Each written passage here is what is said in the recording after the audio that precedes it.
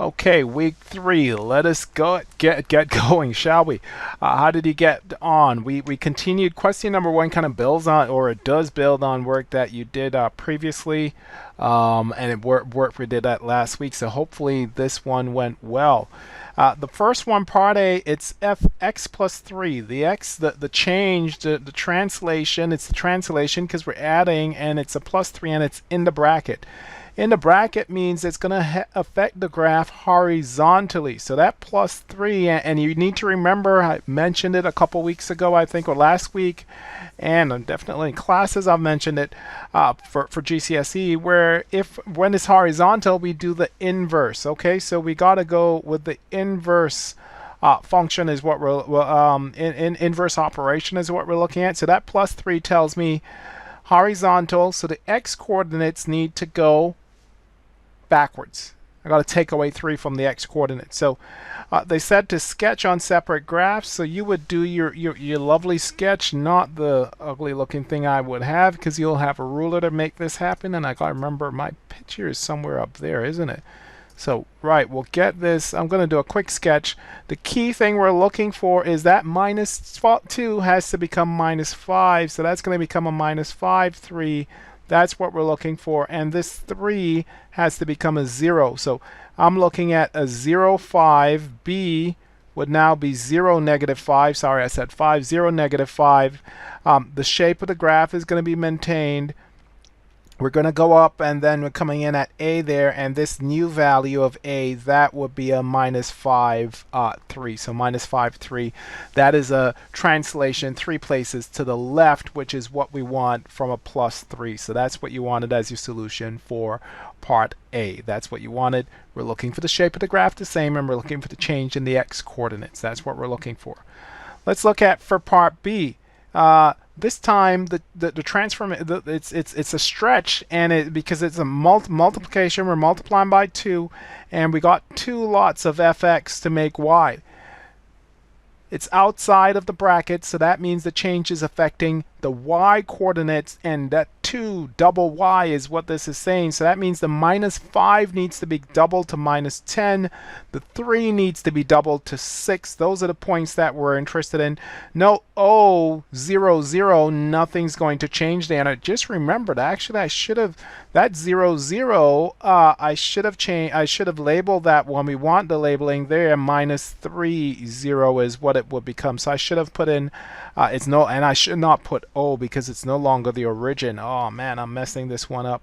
But you should have that identified as well, because it's actually 1, 2, 3 points, the minimum, the maximum, and where it's cutting the axis that shifted. I forgot to put that in for question number 1, but you need to have that in for number 1. Thank you. Right, now moving on, what we're going to have now, we're going to have the same shape, and it's going to stretch and go down. That's what's going to happen there. That's sort of the shape. 0, 0, this 0, 0 for it's when we double 0, it's still going to be 0, so that doesn't change. But the minimum value, the B, it's now going to be 3 minus 10, so we're stretching it down, and then going up here, A will be negative 2, 6. We are doubling it. That's the idea we're looking for here. That's the effect of having that multiplier, the 2, on the outside of the function. It is not inside the bracket. So that's what we're looking at there for part B. Finally, let's look at part C, and I'll scroll up a little bit for this one. Write down the value of A. What we're saying is there's a fx plus A. That means what's happening? The plus A is on the outside. It means it's going to affect the y values. It's on the outside, so it's affecting the y values. And we now have a minimum 3, 0. What happened? The value B, that 3, negative 5, well, we added 5. It was shifted upwards. And do recall that when we're thinking about vertical translations, the ones affecting the y values, that it is a direct relationship. So that means that A, write down the value of A. The value of A is 5. Okay, we're not dealing with inverse relationships. So that's only for the horizontal changes. Okay, so 5 is the value there, and that is your question number 1 sorted. Question number 1 sorted. Moving on to question number 2. How did you fare with this one? Things start to heat up a little bit. We start going in through your coordinate geometry. You should be able to find the gradient of straight lines, the gradient of perpendicular lines, the equation of perpendicular line, that sort of thing. All of it came up in GCSE. Do you recall it? Can you use that knowledge in the context of a question worded for A-level? The other bit for this one that comes up is the length of a straight line, because we need to find the area. It doesn't actually, it asks for the length at the start as well. So the length, and hopefully you recall, how do I find the length of a line when I have 2 points? Pythagoras. It's all about Pythagoras. So that's the key skills here. All of this is covered in GCSE. Let's apply that GCSE knowledge. Hopefully you have and you have had success. Let's look at what we'll do here. Okay, right. So the first one, the length of QR is a root 5. Now, this is the idea you're working with here. This is a point Q. This is a point R. And I mentioned Pythagoras just now because you got to visualize that right angle triangle.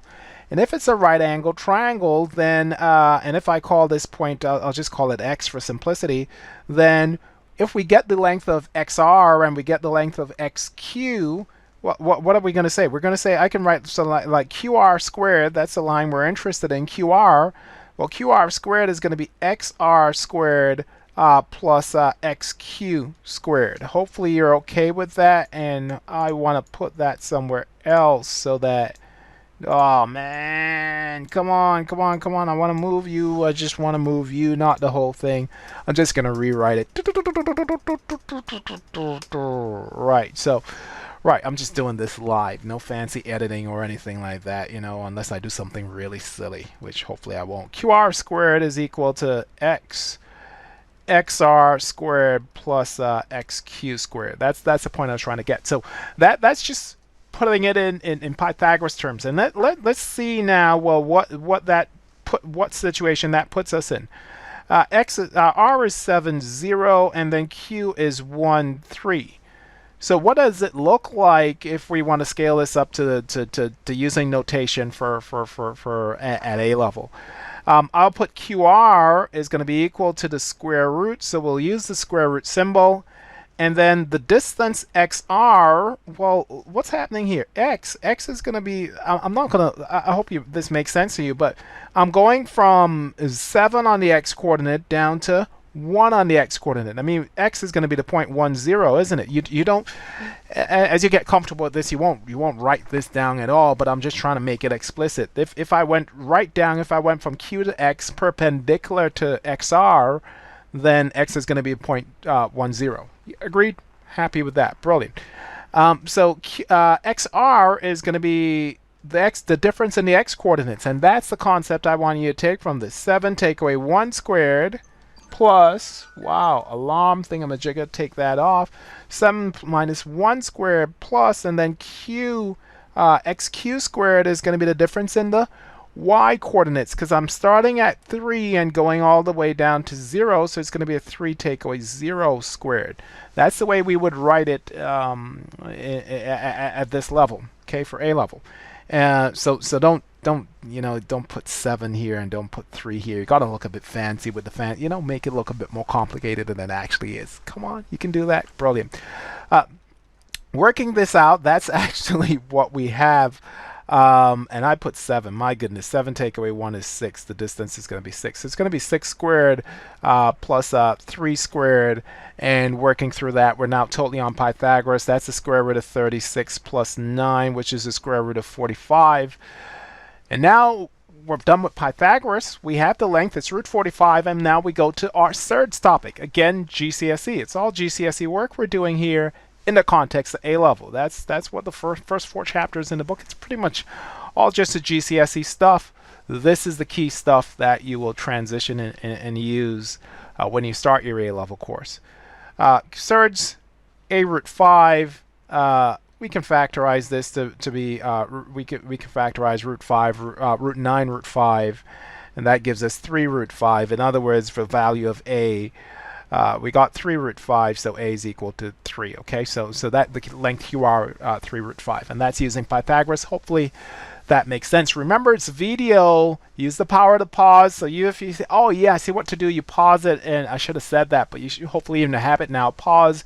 You take as much ownership and do as much of the question as you can for yourself. And see how you get on. Okay, and if something didn't make sense, then just go and play it back. Listen back to me over and over and over and over again. Right, let's move on. Let's move on to B. So 3 root 5. I'll just write that down. Not the QR is equal to 3 root 5. The value of A is 3. It's embedded in that 3 root 5. We want L2 is perpendicular to L1, so we got the perpendicular line, and we want the equation of L2. So what do I need? I'm thinking y is equal to mx plus c, and we need we need the gradient of this perpendicular line L2, and we need the y-intercept. We need c. Those are the things we're looking for. Okay.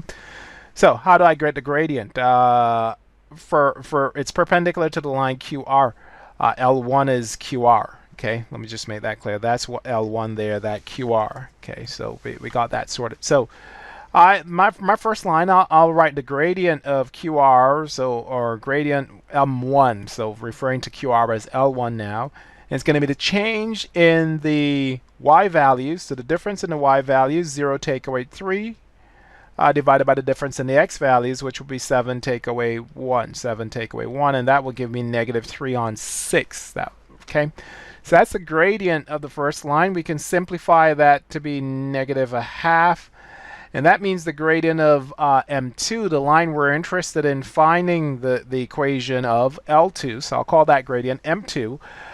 That is going to be equal to negative the reciprocal of the gradient of M1. That perpendicular lines, one line, the gradient is negative the reciprocal of the other. Reciprocal of negative 1/2 is negative 2. And negative the reciprocal will therefore be 2. So we get the easier number to work with in this case. Now that I have the gradient, I am going to use my preferred. I like to stick with y equals mx plus c. Okay, I don't dabble. There's another formula for getting the equation of a line. I don't really dabble with it. I can't remember the last time I've used it. I don't even remember it. I'm sure I can make it up now, but not going to do it. Not going to do it. But your teachers might show you an alternative setup for getting the equation of a straight line. I'm thinking I'm seeing it in my head now, and I want to use it, but I'm not going to do it. We're going to stick with what you know from GCSE. Yeah, okay, and what I prefer as well, because I prefer it. L2 passes through Q, so Q is on L2. Yeah, this point is on L2. And if I have a point and I have a gradient, I can find a value of c. That's what we want to work with. Right. So let's do this for L2. For L2, for line 2, Q is on that line. Q is on that line, and for Q the y value is 3. So we have, if we're using y equals mx plus c, what we're saying is that 3 has to be equal to the gradient 2 multiplied by the by the x value 1 plus c. And you can see where that's leading. That means that's 2 times 1 is 2. So 3 take away 2 is equal to c. It means that c is equal to 1, which means that the equation of the line for part B, we have y is equal to 2x plus 1. 2x plus 1 is the equation of L2. We got the gradient, and then we use that and a point to get the y-intercept, the value of c. So that is sorted. Now let's use that for P, and it's a 1 marker. Part C, it's 1 mark, and the information we have, it crosses the y-axis at point P. It crosses the y-axis, and what do we know about where a line crosses the y-axis? That's right, x is equal to 0. X is equal to 0 at that point. When x is 0, what's y equal to here? If we do a substitution, double 0 is 0 plus 1. 0 plus 1 is 1, so y is 1. So the coordinates of P, the answer for C, 1 marker, no need to show any working. 0 cuts the y-axis, so x is 0, and when that happens, the y-coordinate, the corresponding y-coordinate is 1. So that's what we're looking at there. Now, let us look at finding the area of the triangle. Let's deal with finding the area of the triangle. That's a new piece of work, sort of. Don't think it comes up really a lot in GCSE, but it requires skills that you have already from GCSE. So let's do that. If you think you know how to do it, you you push ahead, make it happen for yourself, or you can look at what I do. Watch the expert. Ha ha ha. Let me do it now. Okay, so I got a clean screen here so I can show as much detail. And area of a triangle is a half base times height. That's how we get a area. And the display, remember when we talk about base and height, we're talking about the two lengths that are at a perpendicular to each other. So in this case, we're talking about QR, which refers to L1, and we already, I'll call that the base, and then PQ would be the height. We already know the length of QR. We worked that out at the start. This is 3 root 5. So now we need to get so we know the base, we need to get the height of the triangle. We want the length of the line PQ.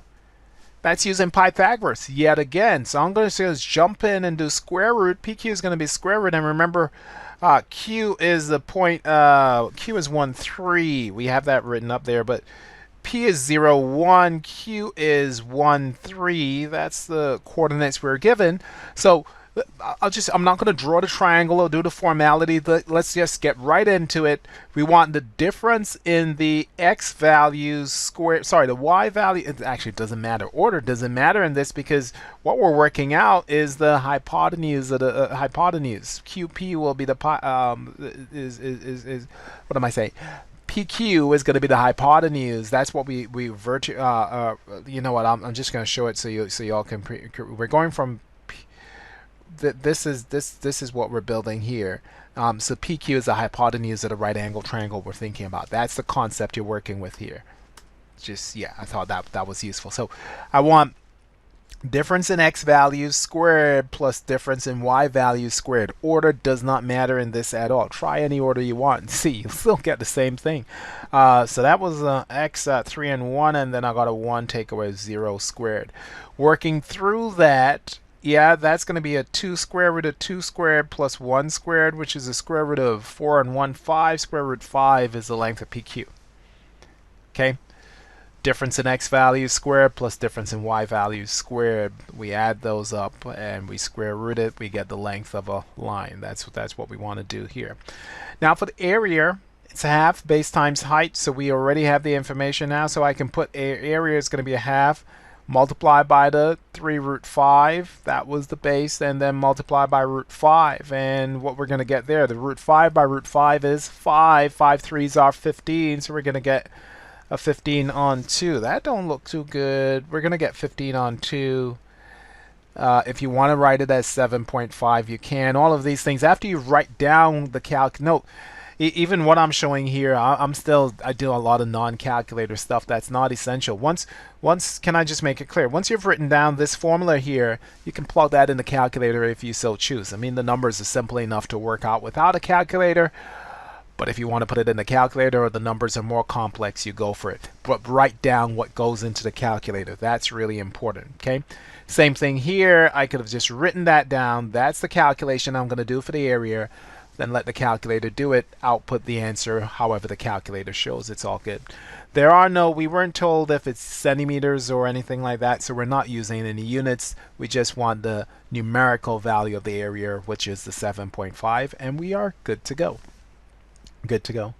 Now for number 3. And a lot of these ideas we've looked at so far, you're going to use in number 3. So if you didn't do number 3 before, now is your chance to have a go at it again. Because if I recall, let me just have a quick peep. It doesn't add gradient L1.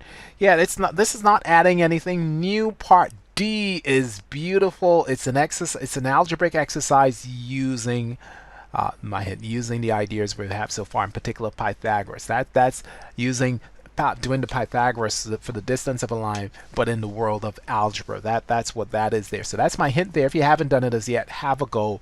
I'm going to start going through now. And at any point while I'm doing it, if you get your aha moment, if you don't have it as yet, pause the video and you finish. You take control, take ownership of the learning. Okay, that's what you need to be doing. Yeah. So let's do this. Number 3, the final one. Part A, we want the equation of L1. What's the situation here? We have a point, we have the gradient. So it's a substitution is what we're doing here. So for part A, We're using y equals mx plus c. We know that when y is 5, the gradient never changes, so the gradient is negative a half. X is going to be 2, so we plug that in, and then we have plus c. That allows me to find the value of c. Working through that, negative a half by 2, 2 and 2 is 1, so that's just negative 1. So we're going to get a 5 plus 1 is equal to c. In other words, c is equal to 6. Completing this one, what this is telling me, actually I'll stay down here. Completing it, it means that the equation is y is equal to minus a half x plus 6. So that is the equation of a line.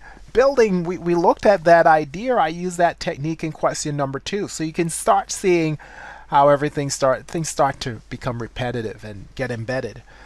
For part B, we want to show that B lies on this line L1. So let's do that. I'll put B in here. And how do we show that? Well, we do exactly what I did here. And that's what we're going to do with a substitution. If it lies, B is the point minus 2, 7. So when x equals minus 2, what do we have? We have minus a half minus 2 plus 6. Y is equal to minus a half x plus 6. That's what we worked out, value of c, 6. That gives me we're doing a negative and a negative, which is a positive. So this is going to be a positive 1 plus 6, which is equal to 7. Therefore, so now I can write therefore 3 dots, B is on L1. We've done it. Why? Because we've shown that when I input the x value of minus 2, that I get a y value of 7. That's what we've shown. That's how you show that B lies on L1. So part A, part B, sorted, done and dusted. For part C, and I'll go to clean screen there. For part C, let's just remind ourselves that the equation we're dealing with is y is minus a half x plus 6. That's the key information I needed from part A and B. We want the length of AB, and actually I don't need that for part C at all. Not even sure if I need it for D. But how do we get the length of the line? We did it in the previous question. That's right, it's using Pythagoras. So we're going to just plug in Pythagoras. AB is going to be equal to the square root of difference in the x values, so minus 2, difference in the x values squared to minus 2 squared, yeah, plus the difference in the y values, that's 7 take away 5 squared.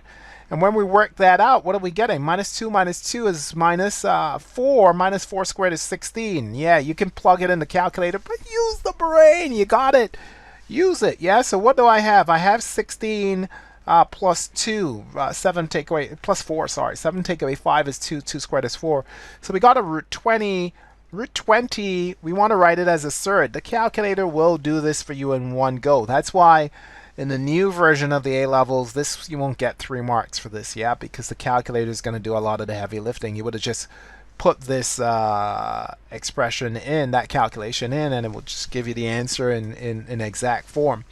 I'm doing it the long way. It's good practice for you. Simplifying the surd, we got root 4, root 5 here, which is 2 root 5, which is what's required. So k, where k is an integer, k, the value of k is 2. Okay. So we have the 2 root 5. That's part C, and I need a lot of space for D. Yeah, D is, wow, look at that. Look at that. We're going from coordinate geometry to quadratic. Oh my goodness. Oh my goodness. Okay, so we're going to go 2 root 5. Let me see. We have, I'm just reminding myself, I don't know if I actually need it. Y is equal to minus a half x plus 6. And the length is 2 root 5. That's the information we have so far. Right, C is also on L1, and we have the length. I don't think I need any of that. We have the length of AC is 5. So let's just start with how this thing works, okay? And we're told that for C, the x coordinate is P. So what does that mean? C, if I ask you to write down the coordinates for C, what would you write down as the coordinates in algebraic form? What is it? The x coordinate, let's deal with this information first. The x coordinate is P, and what's the y coordinate? We need this information. What's the y-coordinate in terms of p? Yeah, you got it? The y-coordinate will be minus a half p plus 6. Those are the coordinates of p, of c. P minus a half p plus 6. Because whatever p is, we plug it into minus a half x plus 6, and so minus a half times p, and we add 6, and we'll get the y value. So that's the coordinates of c in algebraic form. Now, let's deal with AC. How do we find AC? Well, we've been doing this with Pythagoras for a while. So AC, the length of AC is going to be the square root, okay? And actually, you know what? I'm going to make my life easy. I won't do that. I'm going to do AC squared. Because if I do AC squared, that means I would remove the need for, and actually I'm going to write this a different way, but it removes the need for the square root sign, which we'll have to undo anyway if we're dealing with equations, and we are going to deal with an equation. Remember, Pythagoras is a squared plus b squared equals c squared, okay? In this particular context, the c squared is ac squared, so we want ac squared. And how we're going to get ac squared? Well, the a squared, the idea of that a squared in this context, and I hope I haven't written that down and it's caused confusion, but what were we doing before? Difference in the x values, so I want the difference in the x values. I have a, let's write down a is 2, 5. Yeah, a is 2, 5. So the difference in the x values for a and c would be, order doesn't matter. I'm going to do p take away 2 squared. The difference in the x values plus, wow, I think I need space here. So p take away 2 squared, and we're going to add on the minus a half p plus 6 take away 5. Yeah, squared. That's what, oh, that looks ugly, but I hope you read it. Minus, that difference in the y values is minus a half p plus 6. That's the y coordinate of c. Now I'm going to take away the y coordinate of a. So that's what you were doing before. And you need to, we could simplify that, minus, and then we'll expand and simplify, but I want to just write this down as minus a half p, and 6 take away 5 is 1, so plus 1 squared. And then AC is 5, and 5 squared will give you 25. Expand, simplify, and rearrange to be a quadratic equals 0, and you will get this. Off you go. Make it happen before I get started. Come on, make it happen. So now it's all about the expand and simplify. That's what we have to be doing now. So where am I? This one is going to give me p squared. The first bracket, p minus 2 squared, is going to give me p squared minus 2p, then another minus 2p. So all in all, it's going to be minus 4p. And then the minus 2 squared is going to give me a positive 2. What am I saying? Positive 4. Minus 2 by minus 2 would give you positive 4. So that's the first bracket dealt with. The second bracket, that negative negative a half p by negative a half p, the negative by a negative would give me a positive, and a half times a half is a quarter, so I'm going to get plus a quarter p squared. Then what do we need to do? We're going to have that plus 1 negative half p when we multiply, so that's going to be minus a half p and another minus a half p. Altogether, that actually means that what we're going to have is minus p. I mean, if you do the expansion for yourself the long way if you want, but at this stage I expect you to be able to follow the expansions. And then the plus 1 squared, that will give you a positive 1. So that's what we're looking at there, is equal to the 25. Finishing up the job. And now the beautiful thing about these questions is it's a show that question. We call them show that questions, so we know what the answer is going to be. So if we've made a mistake in our algebra, we can just go back through and try and find where that mistake is, because we have to get p squared minus 4p minus 16. So let's see where we're at now. If I simplify this, I'm going to get p squared. That's equal to p squared minus 4p minus p. So I'm getting all the p's together, minus 4p minus p. So that's minus 5p. And what did I do? The p squared I had to add. I forgot to add the minus a quarter. So 1 p squared plus a quarter p squared. So this is actually 5 on 4 p squared. So 5 on 4 p squared minus 5 p, and then I have a plus 4 plus 1, so plus 5. We're seeing 5 coming up a lot, and that's equal to 25. That's what we're looking at there. That's equal to 25. Now, so where do we go from here? Do you think you can finish the job from here? This is our target. We want minus p squared minus 4p minus 16 equals 0. First thing you got to do, what you got to do first, what we have to do. There's no choice. There's no ifs, no buts, no maybes. What we have to do. Got to get rid of that fraction. So we're going to multiply throughout by 4, and that will give me 5p squared minus 20p plus 20. So times by 4 times by 4, and that's equal to 100. Hopefully you can see where this is going now. I can see it. I can see the end of the line. I see that 16 because I got multiples of 5. But before I deal with that, what happens? Well, actually, order doesn't really matter. You want to divide everything by 5 now? We could divide everything by 5, and we'll get p squared minus 4p plus, what happens if I divide by 4? Plus 4 is equal to 100 divided by 20 is 100 divided by 5 is 20. So p squared minus 4p plus 4 equals 20. Looking good. Game over. Yeah. What's going to happen? That positive 20 is going to go on to the left and become a minus 20. So we're going to have 4 minus 20 to get our quadratic equals 0, and that's job done. P squared minus 4p minus 16 is equal to 0 as required. So that's what this looks like. Hopefully that all makes sense. It came from substituting, so creating that point for C. Let's just go back and see how this story unfolded. We needed to set up the point for C based on algebra using P. Substitute the x value into the y value, so 2 algebraic expressions. Then we used the length of the line in that equation, that Pythagoras equation. We used the squared version, no square rooting here because we'll have to undo the square rooting. And then it's about expand, simplify the piece of algebra, and all of that for 4 marks. Most work you ever had to do for 4 marks, is it? Yeah, so far. And trust me, this is only the beginning. But I hope you enjoyed it. I hope it makes sense, and I hope next week, the next session, you're fantastic as well. Okay, that's all for me for now, and it's bye bye until the next one. Bye bye from me.